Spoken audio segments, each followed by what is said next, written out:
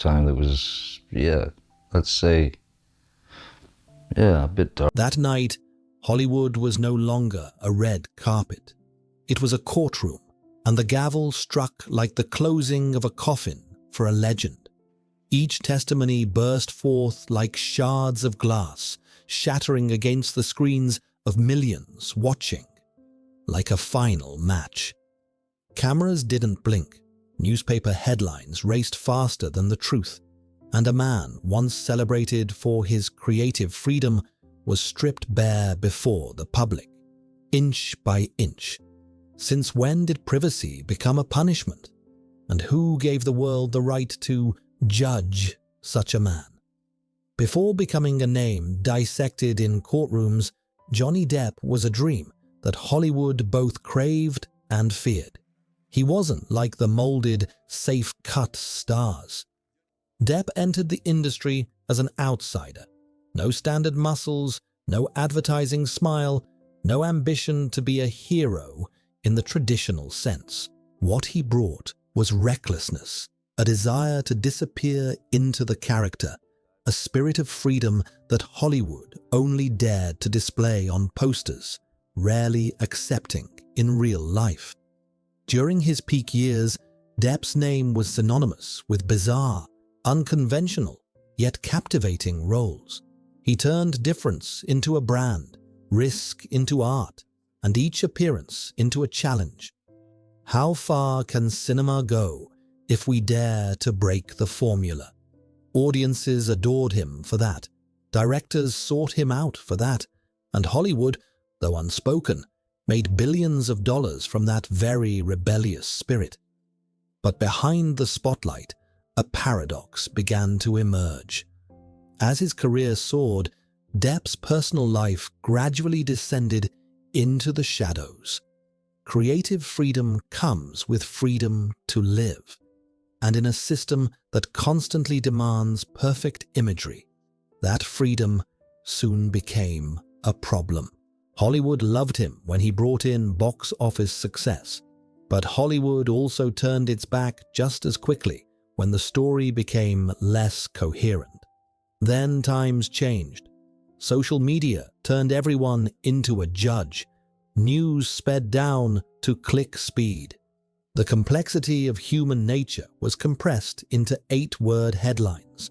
When marital conflicts erupted, Depp's story was no longer a private matter. It became content. Every audio clip, every photograph, every testimony was cut out of context and thrown into the machine of dissemination, where emotion always triumphs over reason. This is the moment when the context of the tragedy is revealed. A star nurtured by attention, but destroyed by that very same light. There is no longer a boundary between private life and the stage. No more quiet moments for healing, only the heavy silence after each news report and the lingering question: when fame becomes a sentence, who has the patience to wait for the truth? This opening section is not intended to condemn or exonerate. It places us in the right place, in the midst of Hollywood, in the media, in the crowd, to understand why Johnny Depp's fall was not an isolated accident. It is the consequence of an era where people are reduced to images, and images can be torn apart in a single news cycle. Before the world knew Johnny Depp as a rebellious Hollywood icon, he was just a boy growing up in uncertainty. Depp's childhood wasn't built on security or stability. It was pieced together by constant moving, a feeling of belonging, and a home constantly under tension. For a child, that's not just a memory. It's the foundation of their worldview. Depp once said that he learned to escape very early, not from a specific place, but from feeling trapped. When his family fell apart, his world cracked. Music became his first escape, not for fame, but to disappear. The guitar gave him something real life couldn't, the power to control his own emotions. On small stages and in cramped rooms, Depp was no longer a helpless child. He was a storyteller. Leaving school early, Depp didn't carry any plan for success. He carried with him the recklessness of youth and the vague belief that art, whether music or acting, could save him from a mediocre life. When he arrived in Los Angeles, he didn't come to conquer Hollywood. He came to survive. The early years were a struggle, working odd jobs, playing in small bands, and watching his dream grow while his money dwindled. Acting came to Depp almost by chance, but precisely because he wasn't formally trained, he approached it instinctively. Instead of trying to become marketable, he chose to hide behind the character. This is the key point. For Depp, acting isn't about self-display. It's a way to avoid confronting himself. Each role is a mask, and each mask helps him conceal the broken pieces within. The loneliness of his childhood, the feeling of abandonment, and the lingering insecurity have inadvertently forged an extraordinary actor. Depp didn't seek validation by pleasing everyone. He sought it by being true to his own feelings, even if it made others uncomfortable. This foundation explains why, later in life, he was always drawn to outcast, eccentric, and socially marginalized characters, people who didn't belong to the normal world. But that same childhood sowed the seeds of future tragedy. When you grow up in chaos, you easily confuse passion with self-destruction. When you become accustomed to love, accompanied by pain, you may consider conflict normal. Emotional patterns formed early on don't disappear when you become famous. They are only amplified by money, power, and relentless attention. Therefore, when looking at the scandals and trials that followed, it's too simplistic to ask, who is right? Who is wrong? A more accurate question is, how will a child who grew up in instability cope with fame when the whole world is scrutinizing his every breath? Johnny Depp's childhood doesn't justify every choice he makes, but it explains why, when the spotlight is at its brightest, those old cracks are most visible. The biggest turning point in Johnny Depp's career didn't come from a carefully calculated strategy. It came from rejection. When Hollywood began to see him as a box office draw, Depp turned his back on that safe path. Instead of becoming a long-lasting teen idol, he deliberately broke away from his own image, a rare and risky decision in an industry that thrives on formulas. The role that marked this turning point was a character who barely spoke, lived in solitude, and used his hands as blades. The success of this role not only put Depp on the cinematic map, but also cemented a life-or-death choice. He wouldn't play to be liked. He would play to be believed, to be real. From that moment, Depp entered the orbit of outsiders, distorted souls, people who never fit into society. Throughout the following decade, every decision Depp made was like a gamble. He chose scripts that made studios nervous, characters that weren't easy to promote, and collaborators who were just as unconventional as himself. His roles became artistic statements. Cinema wasn't just for entertainment, but to unsettle, confuse, and make viewers think. For the mainstream audience, that was both appealing and dangerous. For Hollywood, it was a double-edged sword. Then that sword cut in the opposite direction. A drunken, staggering, eccentric pirate, a character many initially considered completely wrong, became a global icon. Surprisingly, that crazy role turned Depp into a box office superstar. Billions of dollars poured in. The rebellious icon was elevated to a commercial pillar.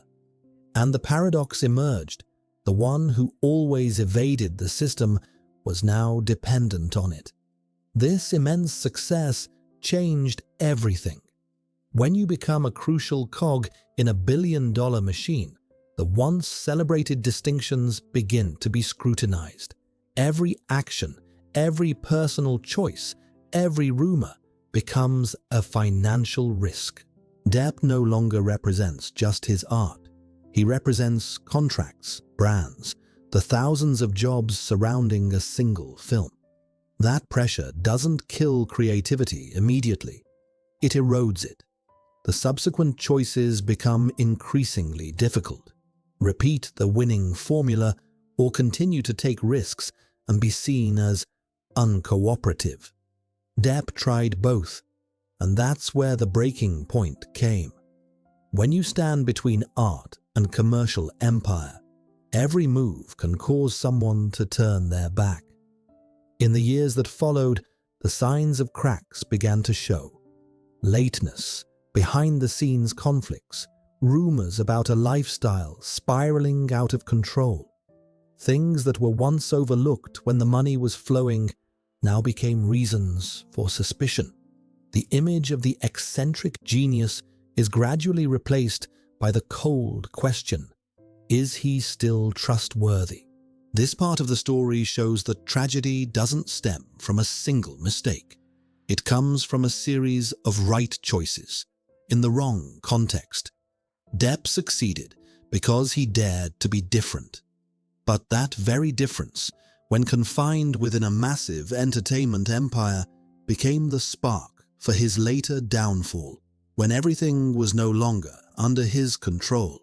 At his peak, Johnny Depp seemed to have bent the rules of Hollywood. He was both an eccentric artistic icon and a multi-billion-dollar commercial powerhouse. Each of his screen appearances was a momentous event, not just because of the character, but because of the unspoken promise. Something extraordinary was about to happen. However, this very intersection of success and expectation began to create irreversible cracks. After explosive success, the pace quickened. A packed filming schedule, contracts piling up, constant travel blurred the lines between his role and his real self. When you're asked to become a living brand, privacy is no longer a right. It's a rare privilege. Bad habits that were once overlooked began to be scrutinized. Unstable workdays became rumors, and rumors in the age of clicks are always told as truth. His career at this point resembled a jagged graph. Alongside his successful projects were controversial films, inconsistent box office, and mixed reactions. To the public, it was a sign of declining performance. To the system, it was a risk. Hollywood doesn't hate you when you're struggling. Hollywood fears you when you're no longer predictable. And Depp, who had always disliked being predictable, began to be categorized as uncontrollable. Parallel to the professional pressure was a growing storm in his personal life. Broken relationships, personal disputes were brought to light, and finally, allegations of violence spread like wildfire. In just a few news cycles, the story was framed: the guilty party. Before the truth was verified, his image was judged. Film studios reacted the way they always do when money is at stake: cut ties, freeze contracts, withdraw his name. That moment marked a turning point. No longer a troubled star, Depp became a symbol of controversy. His name no longer evokes the character or the box office, but the title. Every subsequent decision is interpreted through a lens of suspicion. Silence is seen as admission. Speaking out is seen as defensive. In the court of public opinion, there are no safe choices. The trials, televisioned, edited, and commented on in real time, have turned private lives into a long-running series. Complex legal jargon is reduced to memes. Human emotions are reduced to interaction data. The most private details become subjects of public discussion. Regardless of the legal outcome, the damage has been done. Industry trust, the most fragile of all, has fallen to alarming levels. During this period, what is noteworthy is not just what Depp lost, but how he lost it. Not because of a failed film, not because of a wrong career decision, but because of a series of events where his private life was consumed as entertainment. Success once helped him overcome his mistakes. Now, success itself amplifies the fall. The more famous you become, the harder you fall, and the more onlookers there are. However, the story isn't entirely one-sided. Amidst the storm, there are moments of resistance, colleagues speaking out, smaller projects emerging, efforts to reclaim the right to tell their own story. But the road back is no longer a highway. It's a bumpy, winding path where every step is weighed. Reputation, once shattered, cannot be mended by a single verdict or a single role. The deepest tragedy lies in this. When the system chooses to protect itself, the individual becomes an acceptable cost. Years of dedication, cultural icons, collective memories, all can be set aside to avoid risk. And in that logic, the individual is reduced to a contractual clause. In retrospect, this success interspersed with tragedy is no accident. It's the consequence of a pattern, nurturing diversity for profit, then eliminating it when it becomes uncontrollable.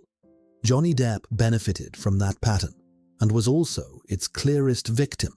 The question remains, not just for him, but for all of us. When the lights go out, who is responsible for the wreckage? When it comes to Johnny Depp, the public often remembers the character on screen before the person behind it. But it is his personal life, his most intimate relationships, that becomes the battleground where his reputation erodes most quickly. For Depp, love has never been a safe zone. It's a place where emotions run high, where old wounds are easily reopened, and where mistakes, even small ones, can be magnified into a verdict. In relationships, Depp is often portrayed as an intense lover, living by his emotions and lacking clear boundaries. This was once considered artistic. But when conflict arises, that same characteristic is interpreted as a loss of control. His already complex private life is now compressed into the framework of headlines, black or white, right or wrong, leaving no room for gray areas. The media doesn't just report, they fabricate.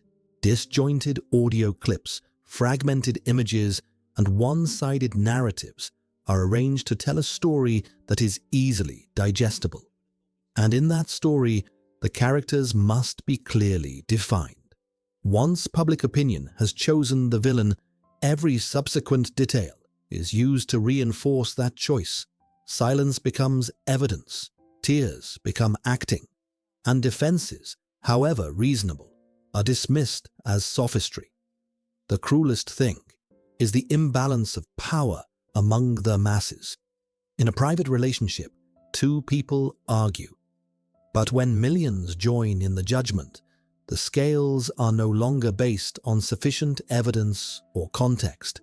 They are based on collective emotion, which always fluctuates according to the latest headline. What should have taken time and privacy is forced to unfold before the cameras. Court proceedings bring marital life into the public space in unprecedented ways. Cold legal language clashes with the heated emotions of social media. The most private details, messages, diaries, arguments, are dissected frame by frame. No one leaves unscathed, but for celebrities, that trauma has immediate professional consequences. In that context, the question isn't just who's right, who's wrong. The bigger question is, when did we turn personal crises into entertainment? When emotional tragedy becomes the content, People are reduced to roles, and once the role is chosen, the ending seems predetermined. For Depp, the consequences weren't just a loss of reputation, it was a breakdown of trust in the media, in the public, and in the ability to be heard fairly. Subsequent relationships carry not only the emotional burden, but also the constant scrutiny. Every gesture can be interpreted. Every word can be taken in the worst possible way. This part of the story shows that fame doesn't just infiltrate careers, it infiltrates love as well. And when love is subjected to the scrutiny of the crowd, it rarely survives. Johnny Depp isn't the only one to experience this, but his case is the clearest example of the price to pay when the boundaries between private and public life are blurred. Today, Johnny Depp is no longer at the center of the storm as before. The spotlights have dimmed, the noise has subsided, but what remains is not a dazzling Hollywood comeback, but a silence. The silence of someone who has understood that fame can come like a flood and then recede to reveal mud and very real scars. Depp still creates art, but in a different way, less noisy, less compromising. He appears selectively, walking slowly, as if each step into the spotlight is a matter of weighing the price of attention, no longer striving to prove anything to the crowd. Only the need to retain the right to be human, to be wrong, to be silent, to recover. The most important thing now is not whether he won or lost in the eyes of the public, but the lesson the story leaves behind. In an era where every conflict can be live-streamed, where algorithms reward extreme emotions, the truth often comes late, if it comes at all. And when it came, the damage was done. Careers were frozen, relationships were broken, reputation was shattered. Johnny Depp's story forces us to ask, what are we consuming, news or tragedy? When a person becomes content, who is responsible for the consequences? The law can judge right and wrong, but the court of public opinion has no appeals process. Once an emotional verdict is delivered, it spreads faster than any evidence. The final message isn't about whitewashing or condemning. It reminds us of the boundaries, the boundary between responsibility and predatory behavior, between transparency and intrusion, between justice and entertainment. Fame isn't armor. It's a light, bright enough to be seen, but also harsh enough to burn if you stand there too long. If there's one thing left after all this, it's a warning. Don't confuse the right to know with the right to be executed. Hollywood can erect statues very quickly, but it can also pull the support cord silently. And when the lights go out, those left with the wreckage, not the system, but the people.